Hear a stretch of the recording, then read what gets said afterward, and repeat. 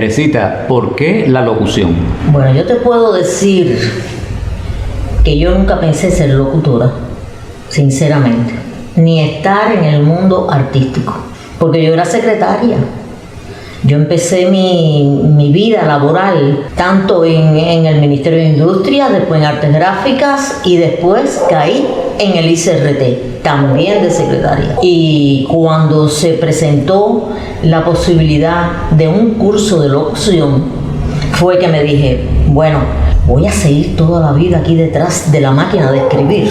Y ahí es que comencé yo ya a sentir aquello de la posibilidad de ser presentadora, locutora, pero nunca, ¿cómo decirte? Nunca me vi en eso, aunque hay otros antecedentes.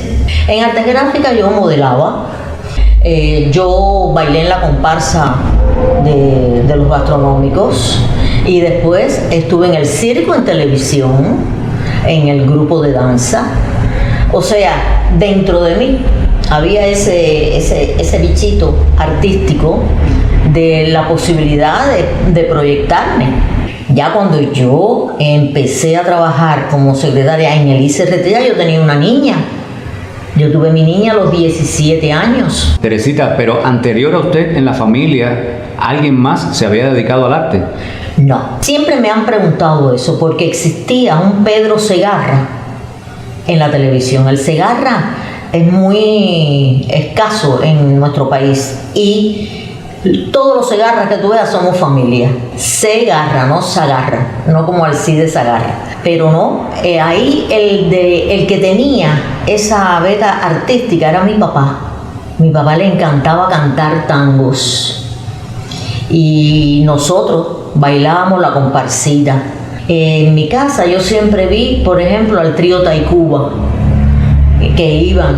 Entonces en nuestras fiestas desde niña era así, con el trío y con un grupo y éramos muy musicales. Siempre me gustó bailar.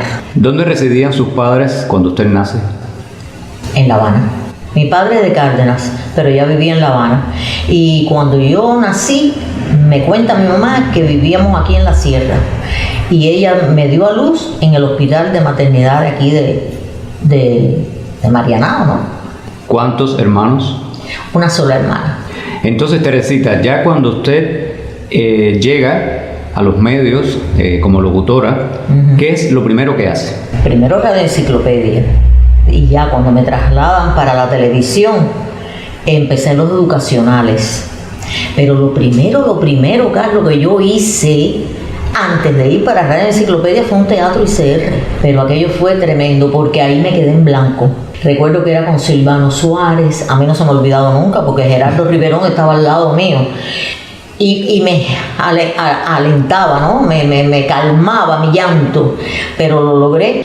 Los actores eran Verónica Lin y Pedro Álvarez y el director Silvano Suárez. Por supuesto, Silvano más nunca me contrató. Mi escuela de memoria, de la memorización, fue en la cabina de televisión. Como nosotros allí había, no como ahora que no tiene función, pero sí en mi época sí teníamos que anunciar programas, que decir, dar anuncios. Entonces esos anuncios yo los hacía de memoria. Después comencé en Farvisión y en Farvisión tuve que aprenderme textos grandísimos con una seguridad tremenda, decirlas. Eran muy precisos, eran en momentos y lugares muy precisos que no se podían repetir.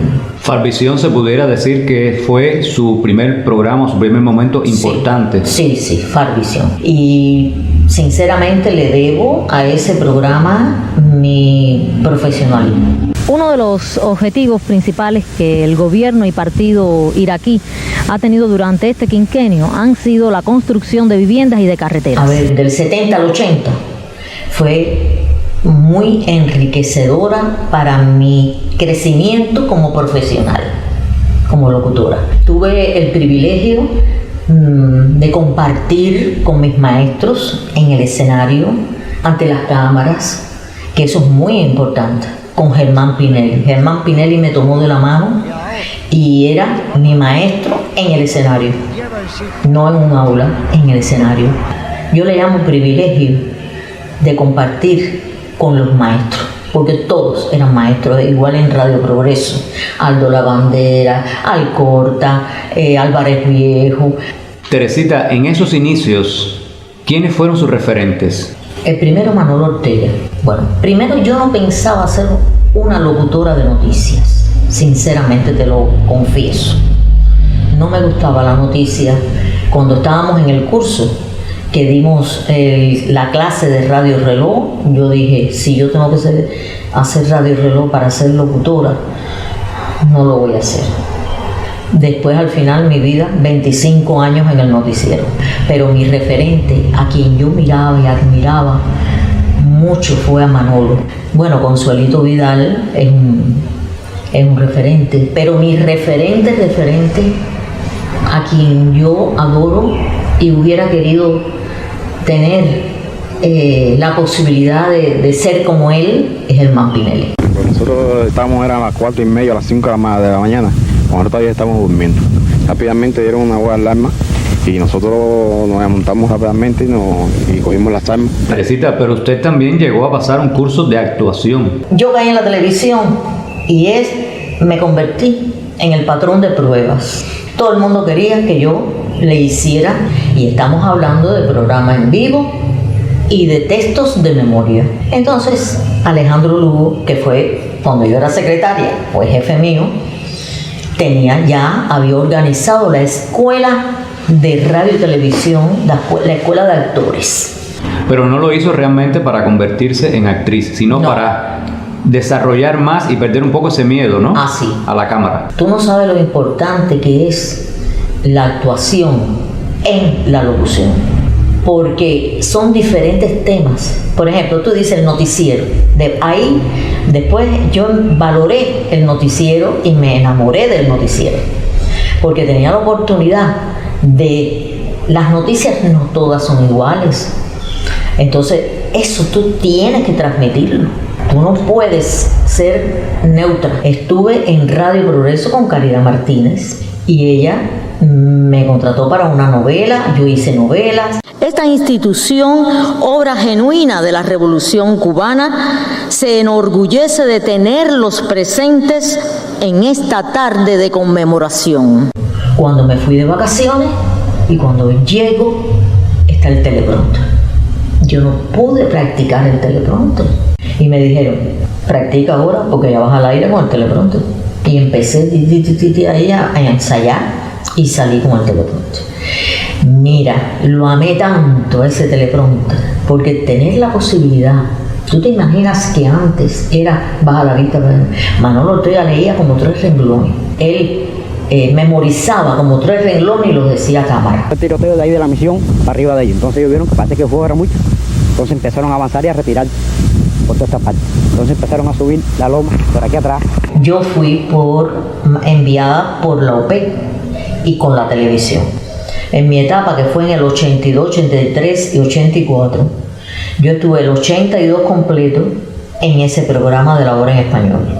Ya después, cuando regresé, pues entonces Ovidio Cabrera fue el que me planteó, de volver, pero ya con cámaras, ya como corresponsal. Porque, ¿qué ocurre? Estamos hablando de la participación internacionalista de los cubanos y cubanas, pero hay otro personal que también estábamos en guerra, porque era un país que estaba en guerra, que son las periodistas, artistas que iban y cuánto no recorrieron brigadas artísticas allá en Angola, a diferentes provincias y unidades militares, las profesoras del pedagógico, las muchachas del pedagógico, la salud, los doctores, las doctoras, las mujeres doctoras, que había muchísimas. Teresita, inmediatamente que usted se jubila en el 2006, ¿dejó de hacer locución? Bueno, en los medios sí.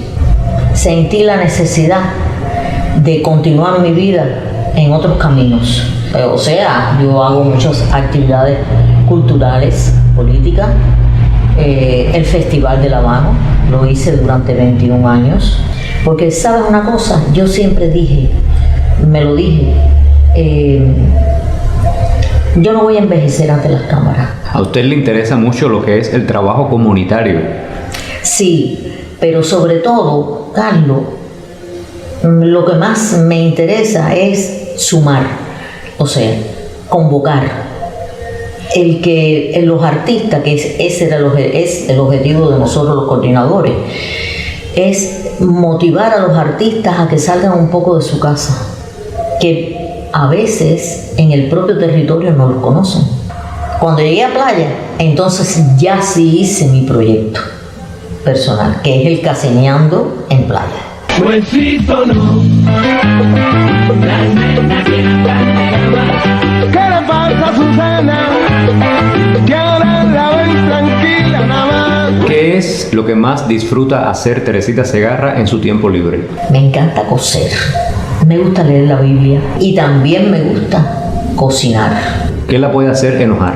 ¿Tú sabes qué es lo que me hace más enojar? Lo que no me gusta ver en los demás, que se enojen.